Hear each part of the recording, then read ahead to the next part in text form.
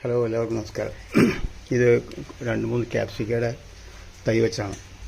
അത് തൈ വെച്ച് ഒരാഴ്ച കഴിഞ്ഞപ്പോൾ ഇതിൻ്റെ തല ഞാൻ ഫുള്ളായിട്ട് കട്ട് ചെയ്ത് കളഞ്ഞു. ഇതിപ്പോൾ എത്ര ബഡ്സാ വന്നു തോന്നുന്നുണ്ടോ? ഇതെല്ലാം മുകളങ്ങളാണ്.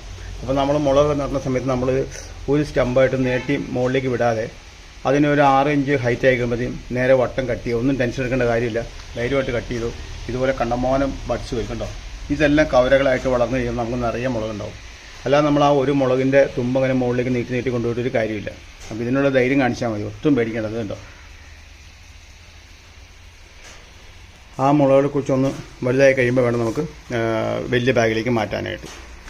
വേണമെങ്കിൽ ഈ സ്റ്റമ്പുകളെല്ലാം വേണമെങ്കിൽ ഒരു കുറച്ചുകൂടെ നീണ്ടു കഴിയുമ്പോൾ ഒരു 4 ഇഞ്ച് ഓരോ ഈ ബഡ്സ് വന്നേക്കണം എല്ലാം ഒരു 4 ഇഞ്ച് ആയി കഴിയുമ്പോൾ വീണ്ടും നമുക്ക് കട്ട് ചെയ്യുകയാണെങ്കിൽ വീണ്ടും നമുക്ക് ബുഷ് പോലെ നിറച്ച് കവരകൾ ഉണ്ടാക്കി. അപ്പോൾ ഓരോ കവരകളിൽ നമുക്ക് ഇഷ്ടമാതിരി മുളകുണ്ടാവും.